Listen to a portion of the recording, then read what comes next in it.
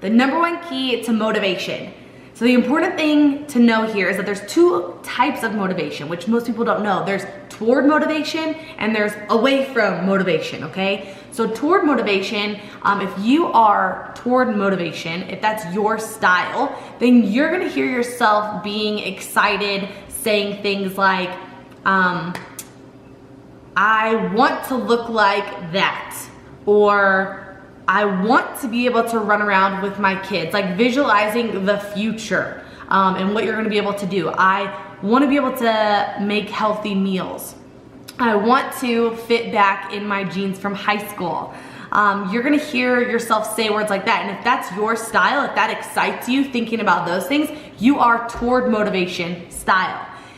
However, there is also away from motivation, which is me. I am this type.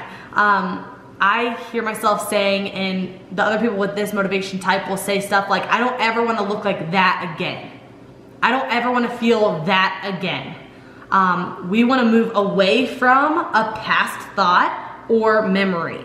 Okay, so I think of like me being on the beach, like in my bikini with a cover up on, like under my umbrella, and I think to myself, like, now what motivates me to stay fit, to stay healthy, is because I think, like, I'm not thinking of I want to go towards a new body type or a new look or, you know, whatever. I'm thinking, like, I don't ever want to look like that again. I don't want to ever be that person that hides under the umbrella again. Another example is, you know, you might be, if you're a toward motivation, it might be like, I want to be able to play with my kids and run around with my kids at the park. If you're away from motivation, you would say something like, I don't want to be that parent that has to sit on the bench and watch my kids play at the park. So you're moving yourself away from and separating yourself from the idea of you having to sit on the park bench, instead of pulling yourself towards an idea of, I want to do that. So once you figure out what your motivation type is, you can start making statements, like with a pen and paper, write down what your motivational statements are. So like, I don't ever want to look like that again.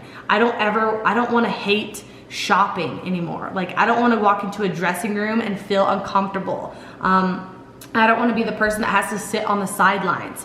I don't want to be the person that hides under my clothes. So those are all away from motivation, which is my style. And if your style is toward motivation, write it out like, I want to be able to play with my kids. I want to be able to run around at the park. I want to be able to wear that pair of jeans. I want to be, you know, in a size 6. Or if you're away from it, I don't ever want to be a size 16 again.